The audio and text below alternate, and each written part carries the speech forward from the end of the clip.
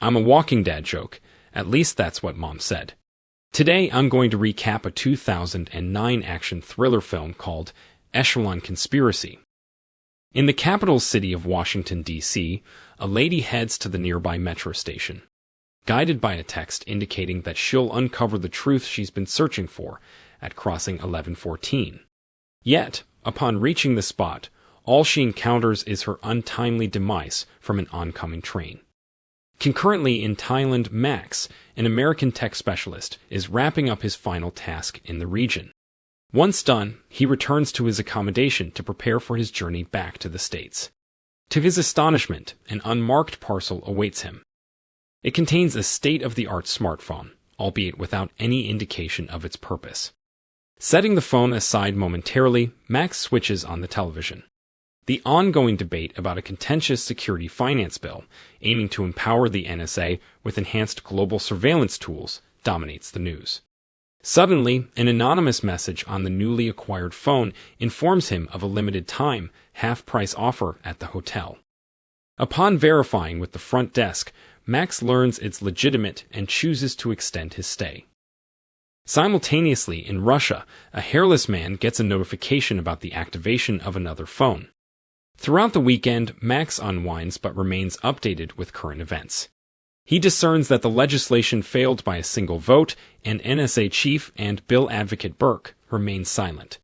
In a startling revelation, Max discovers that the flight he had intended to board met with a tragic accident, sparing him solely due to the mysterious text. That same phone buzzes again, this time suggesting Max invest in a company named Sizer. He overlooks the advice.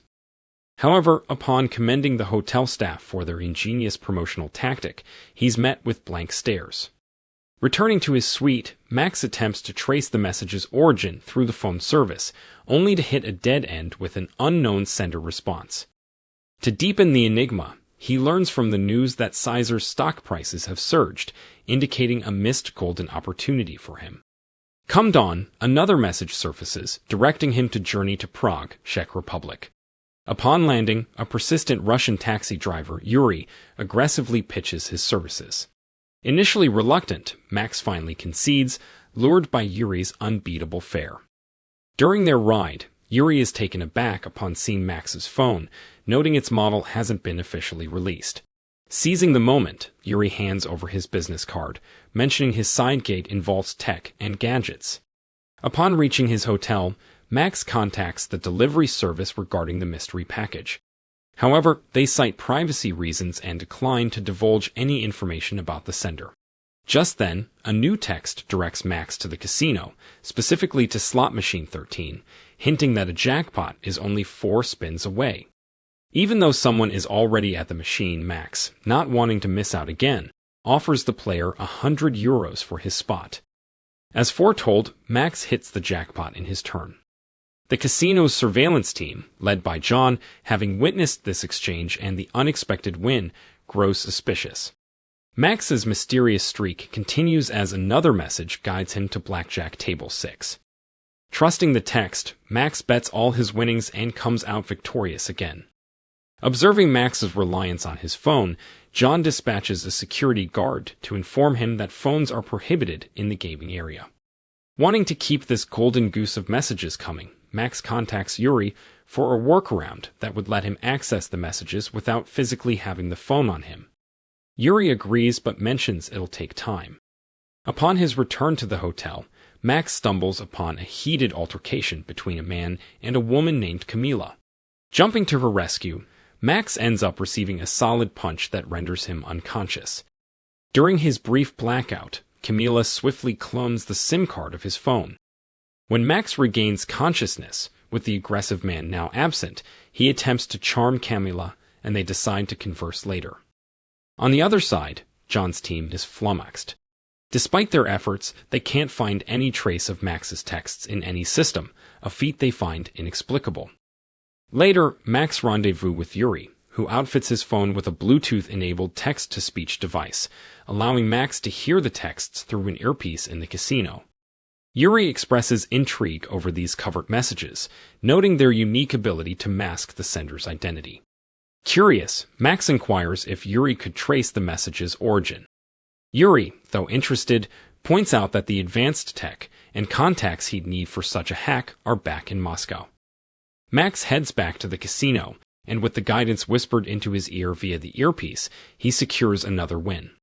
John, watching these events unfold on the security feed, dispatches his team to apprehend Max. A pursuit ensues throughout the casino. Just as Max nears the exit, he is confronted and detained by Special Agent Dave from the FBI. John attempts to intervene, asserting his claim on Max, but Dave dismisses him, highlighting John's non-agent status, and takes Max into custody. Max finds himself in a desolate warehouse, the cold metal of Dave's gun pressing against him as the agent demands answers about the mysterious phone. Max maintains his innocence, and Dave, convinced of his sincerity, momentarily leaves him alone. John, resourceful as ever, traces Max to the warehouse, seeking answers of his own. Reluctantly, Dave divulges that an investigation is underway on individuals receiving enigmatic financial tips via text.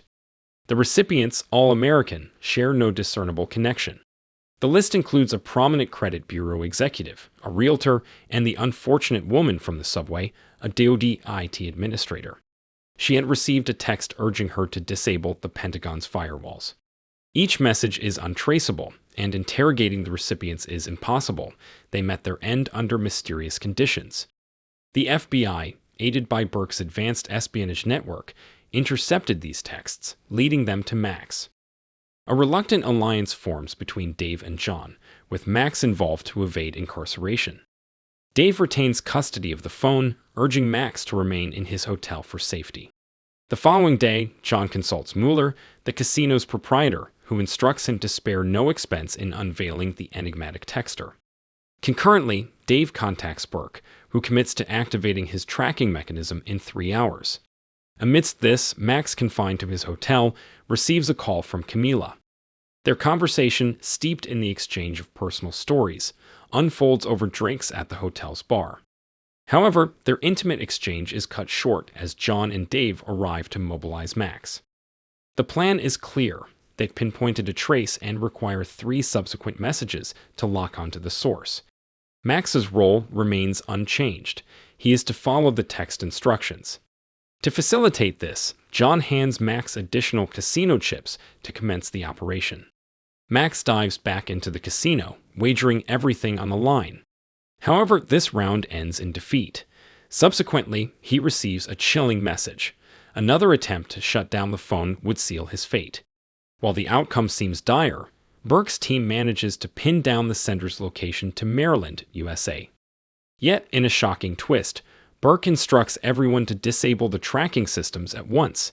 He then contacts Dave, urging him to halt the operation, hinting at the involvement of the NSA's covert Echelon program. Dave adheres and breaks the news of the operation's cessation to Max and John. While the specifics remain undisclosed, John deduces the Echelon connection. In the NSA hub, Burke grapples with the revelation of a potential Echelon breach, even though the system reports no unauthorized activities.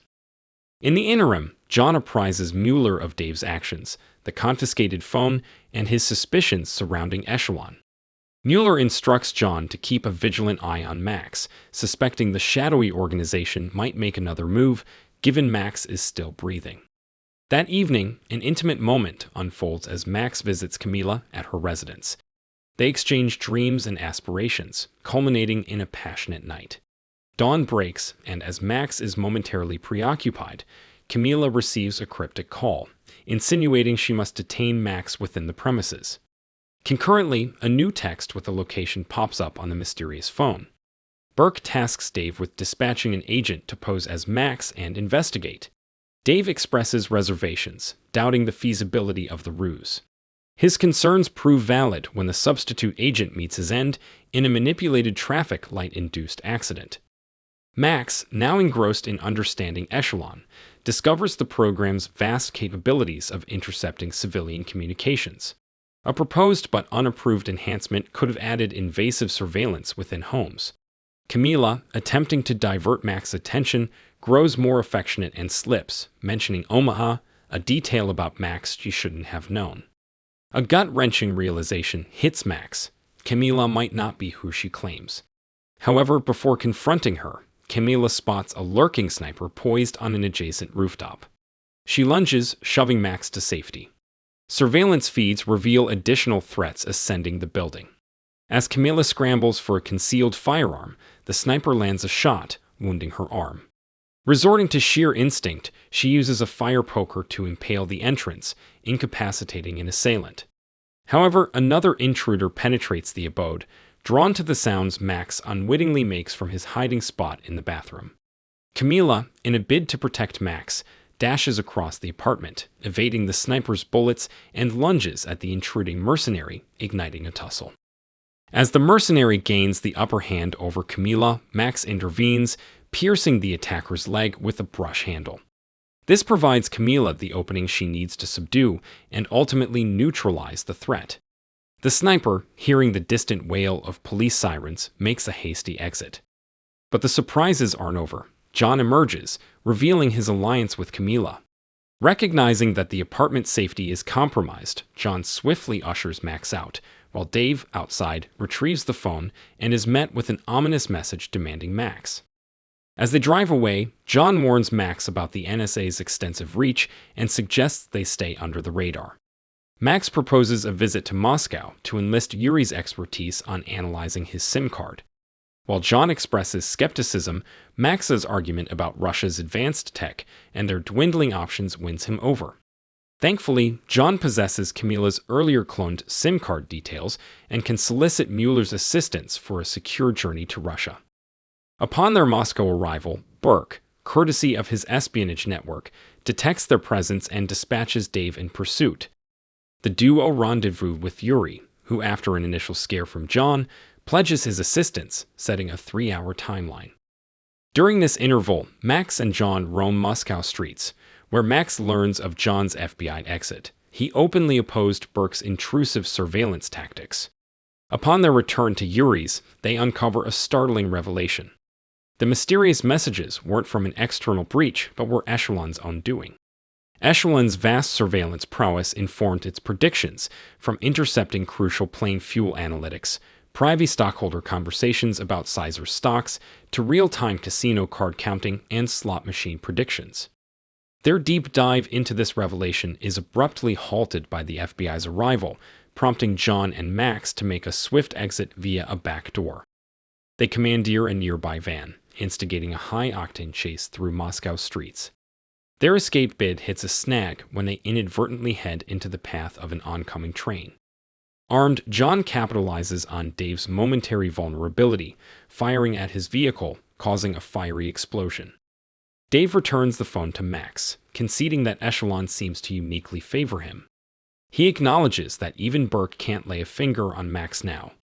The NSA is aware of Echelon's actions. Consequently, when Max corners Dave with a gun, Dave insists he's an ally and persuades Max to collaborate.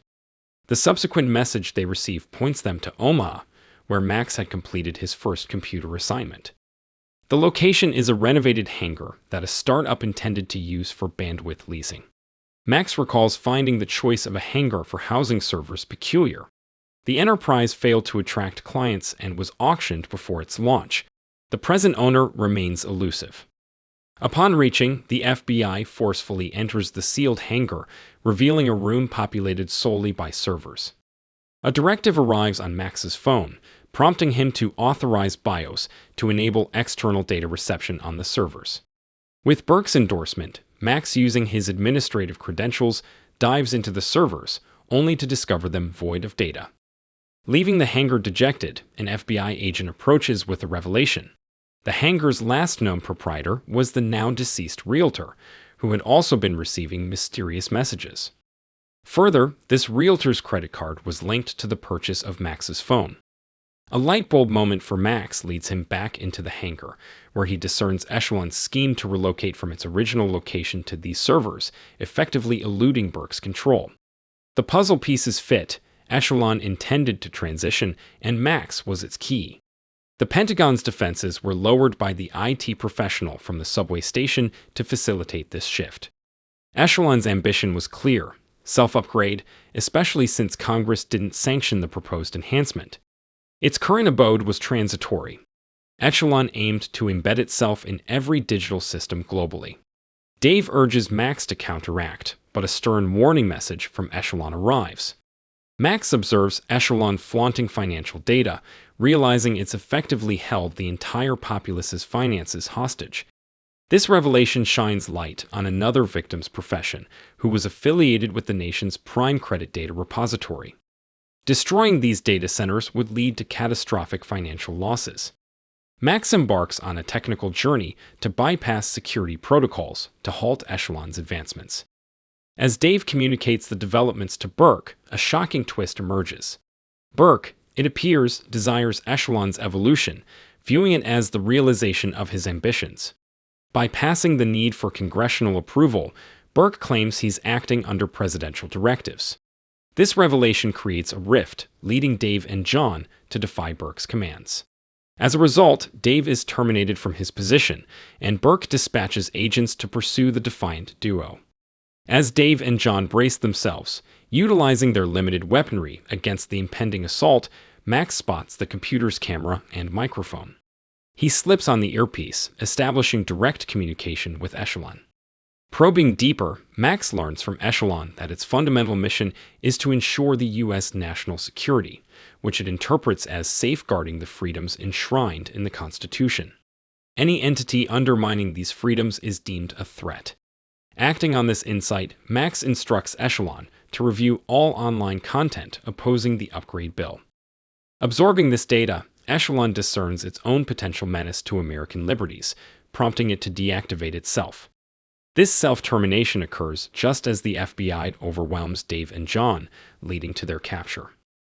Fast forward, Burke is seen awkwardly justifying the fiasco to the president. Accepting culpability, he anticipates a daunting session with the Senate Intelligence Oversight Committee, potentially ending his career.